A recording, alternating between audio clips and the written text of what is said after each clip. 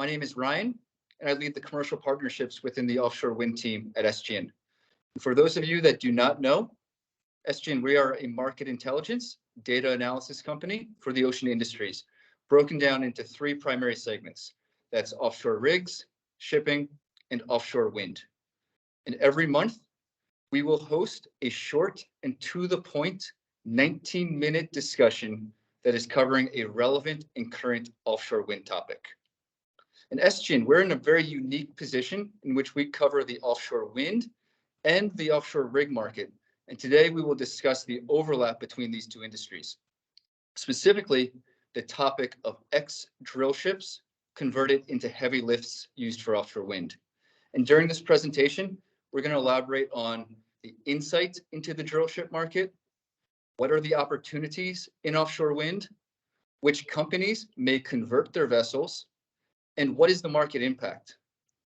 In these monthly check-ins, they're purposefully kept short, sweet, and to the point, so there's not a huge time commitment for all of our attendees here today. But with so much happening in the offshore wind industry, it's quite chaotic.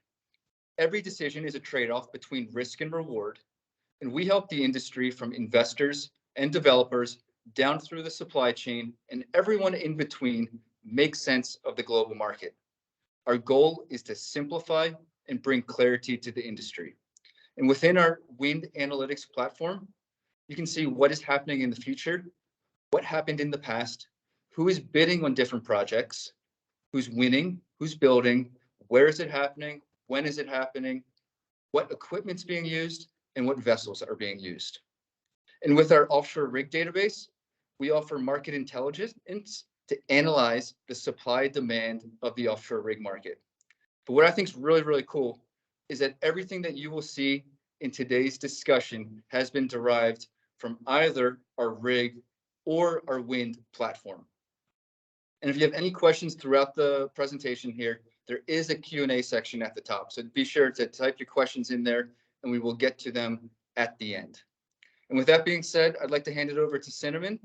She leads the rigs research team, and to Hero, who is an analyst within our offshore wind team, who has an in-depth knowledge on vessels. Take it away, guys. Okay, thank you, Ryan, and thanks to everyone for joining us. We'll get started with a quick overview of what's going on in the drillship market. Since we're keeping this presentation short and sweet, from the rig side, we'll be focusing primarily on the drillship segment of offshore drilling rigs. As you can see from the line on this chart, utilization is nearing 100%. To explain a bit what we're looking at, the line is showing contracted utilization for competitive rigs, that is, for the marketed fleet. And the bars represent how many rigs are under contract now, as well as including units with future drilling commitments. We have quite a few rigs with upcoming contracts that are being reactivated or prepared for these assignments and are not currently available for contracting. For cold stacked rigs that have not yet started the reactivation process, we're currently looking at a price tag of about 75 to 100 million and a time commitment of 12 to 18 months, making the return to drilling not as easy as it appears on the surface, as significant contracts at hefty rates would be needed in order for the reactivation to make financial sense. To go along with the rapid increase in contracting, the chart shows drillships were around 60 in early 2021 and are now at about 90, out of a supply of 109, and 14 of those are still under construction. This means day rates are also rising quickly. Early last year, you could contract a top-of-the-line 7th-generation drillship in the low to mid 200,000s per day. We're now seeing drillships booked above 400,000, with a few recent fixtures recorded in our rigs database at 460,000 and 475,000 per day. We're also hearing more and more bids being submitted that start with a 5, but we have not yet seen an award break the 500,000 mark as a clean day rate in this upcycle. This market tightness will keep pressure on some idle rigs to stay in the drilling market in the hopes of finding sufficient work at high enough rates to warrant reactivation. But not all will return, leaving owners with the options to keep paying stacking costs or look for alternative options, one of which is the offshore wind industry. And so that's what's going on currently. On this next slide, we'll take a look at what we're seeing coming up for the drillship sector. Our rig analytics database is currently tracking about 61 rig years of drillship work not yet awarded for start dates over the rest of this year and all of next year. Now, because the market is so tight, not all of this work will be able to be booked on this timeline, and some projects will need to be rescheduled. Nearly half of the unbooked work is for development projects, which tend to be longer term than exploration or P&A campaigns. We're talking multi-year assignments. Well, where is this work coming from? Half of it is from South America, with most of this focused on Brazil, but also countries including Colombia and Suriname, among others. What you should take away from this slide is that drillship demand will remain high for at least the next few years, which will keep pressure on some units to remain in the industry. And now my colleague Hiro will fill us in on the outlook for the heavy lift market. Thank you, Cinnamon. The offshore wind industry can make use of a variety of different vessels to construct an offshore wind farm. Hiro, do you mind speaking up just a little bit there? Sorry. The offshore wind industry can make use of a variety of different vessels to construct an offshore wind farm. However, some vessels are better equipped than others for specific tasks. For offshore wind foundation installation, the competitive vessels for this installation segment is the heavy lift vessel. Yet, the offshore wind vessel market have few of these competitive vessels committed to offshore wind installation. And as shown in the slide, there are only 8 active vessels, 2 under construction, and 2 planned drillship conversions that will be fully committed to the offshore wind industry. The industry utilize heavy lift vessels from the oil and gas market, but few of these vessels are well suited to do extensive lifting sequences efficiently required for monopile and jacket installation. The oil and gas heavy lifts are better equipped to do single lift operations like large jacket and topside installation. As monopiles are becoming both heavier and larger in size, the role of the heavy lift have become increasingly important over the last few years. Looking at the upcoming project pipeline, monopile foundation is forecasted to be the foundation of choice for most projects. Drillship conversions could be a relief for the industry, as well as an opportunity for drilling companies to expand into offshore wind. The market already witnessed one drillship conversion done by Boskalis, where the company converted the ex-Transocean drillship GSF Jack Ryan into the heavy lift vessel Bookalift 2 in 2021. Bookalift 2 have been fitted with a large crane, which have a lifting capacity of 4,000 tons, as well as motion compensation gripper.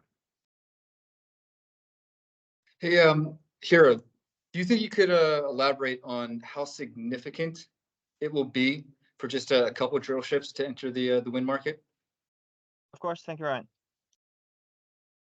Yes, there are few competitive heavy lift vessels committed to the offshore wind market now, as well as the jackup fleet is going to have their hands full in turbine installation. So just a couple of converted drill ships will have a significant impact for the offshore wind industry. Great. Yeah. Thanks, Hiro. This slide displays the project pipeline not yet known to have awarded a vessel contracts for foundation installation. To capture a realistic view of the demand in the market, not every project or country in the pipeline have been included. Moreover, monopile foundation are estimated to be widely used and will have an impact in vessel development. Drillship conversions is expected to be equipped with motion compensation gripper, as this will enhance the vessel's capability and strengthen utilization. Overall, the upcoming projects show a positive outlook for all competitive heavy lifts.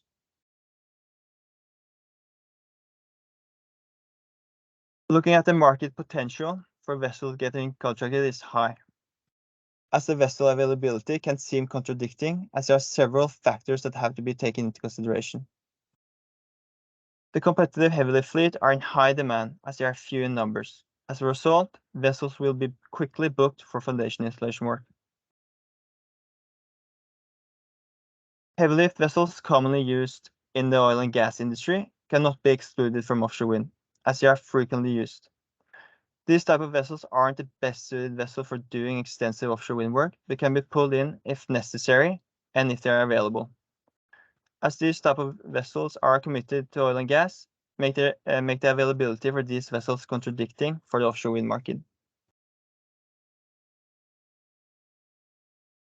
The jack-up vessel are a versatile vessel type, able to do all tasks within offshore wind with the right equipment.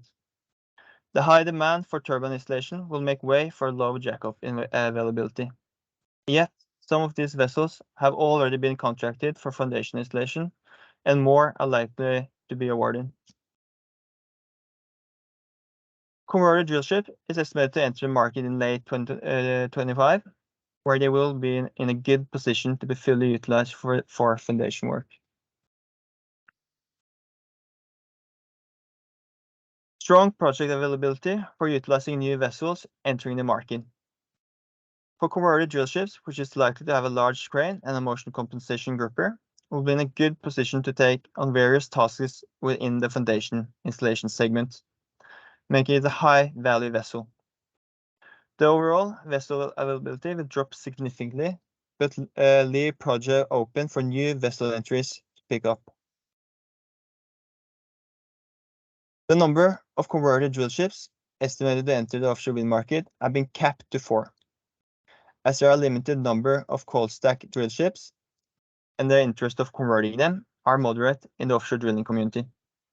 Beside that, it's unlikely that other than offshore drilling companies with cold stack drillships in their inventory will convert. The vessel value for drillship is too high to justify a conversion that is meant to be a cheaper option than building a purpose-built vessel. That said, the competitive heavy lift fleet in offshore wind are few in numbers, so only a couple of converted drillships will have a significant impact for the industry. To dig in a bit, let's go over drilling rig conversions. So far, we've had 4 rigs sold into the wind industry. As Hero mentioned earlier, drillship GSF Jack Ryan was one. It was retired from the drilling industry in 2017 and was converted to a wind installation vessel in 2021. Semi-sub West Orion was sold in 2021 to a Chinese wind company for conversion. It gets a bit muddy after that, but it's likely the vessel was put to work off China. And furthermore, there were 2 Chinese jackups ordered as drilling units that during the construction process, the decision was made to stop construction, remove the drilling equipment, and instead outfit the vessels for offshore wind. So neither of the jackups were delivered as drilling units. What we hadn't seen until last month is a drilling rig contractor become directly involved as a player in offshore wind. Transocean changed this when it announced a joint venture with the Netty in April. Transocean has said it may commit up to 2 rigs for conversion, but it has not yet named the rigs, only noting that they would be the lowest spec units from its cold stack fleet, as these units would likely be stacked for many years before being able to return to drilling. On top of this, we've also seen that many of the rig contractors have now established dedicated renewables teams to study various options, including offshore wind, as well as pursue emission reduction strategies. And then next slide, please. To bring us back to where I started, while competitive drillship utilization is near 100%, there are still opportunities for a few rigs to move into offshore wind industry. On this slide is a look at the cold stacked fleet. There are 13 units, all built between 2009 and 2015, and among them they are managed by 4 rig contractors. Transocean has the most, with 8. They have indicated that they are evaluating opportunities to reactivate 3 for drilling, leaving 5 unspoken for, with potentially up to 2 of these tentatively earmarked for offshore wind. They've previously announced the contribution of 1 rig for deep sea mineral mining, and that rig has already been removed from the cold stack count. Noble Corporation follows with 2 cold stacked rigs. Noble has stated that it is evaluating opportunities to reactivate 1 of these rigs for drilling. Valaris has 2, which it has kept preservation stacked. Both of these have been bid into drilling campaigns within the past year, but neither has any backlog at this time. The sole unit from Sino Ocean is not likely a good candidate for offshore wind, as it's a lower spec 5th generation drillship. And finally, to answer the question we started with, Will the offshore wind market see a rush of new players from offshore drilling? Well, with so few cold stack drill ships, we likely won't see a big uptick in rig contractors becoming new entrants in the offshore wind industry.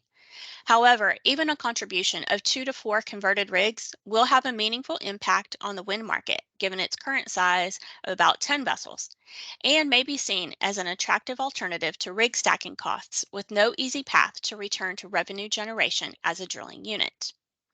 And with that, we'll pass it back to Ryan for the Q&A. Fantastic. Thanks, Hero. Thanks, Cinnamon, for your insights into the market. We do have about 2 minutes here for some Q&A. So if you do have a question, feel free to type it into the Q&A section at the top. But in the meantime, I do want to thank everyone for attending today. We have a mailing list, QR code right there. Feel free to click on that QR code or follow us on LinkedIn for all future events. So let me just see if we have any Q&A here. Looks like we have one. One of them is, will the slides be shared? Yes, I will follow up with everyone with a recap of the presentation and the slides. We do have another one. How long do you expect the rig upcycle to last? I assume that's for you, Cinnamon. Okay, sure, I'll take that one. Offshore drilling is a very cyclical industry. What makes this sort of upturn different from some of the ones we've seen in the past is that there was a prolonged downturn, so we had a lot of pent-up demand from that. And you combine that with another factor, the COVID-19 pandemic, which also added some additional challenges and pushed the downturn out longer. And then the other big factor is also the Russian invasion of Ukraine, which led to energy security being a hot topic. So we have a lot of different factors folding into increased demand right now, a lot of pent up things. And so we are expecting, with the supply being as tight as it is, at least another good 2 to 3 more years in this super cycle. Fantastic. Thanks, Cinnamon. We are at the 19 minutes, and I did promise a 19-minute presentation to be mindful of everyone's time. So I do want to thank everyone again for attending today's discussion. We do hope to see you next month. We typically hold it on the 3rd Thursday of the month. We had a public holiday this month, but I will follow up with everyone for next month's relative offshore wind topic. So thanks again, everyone, and we will be in touch. Bye-bye.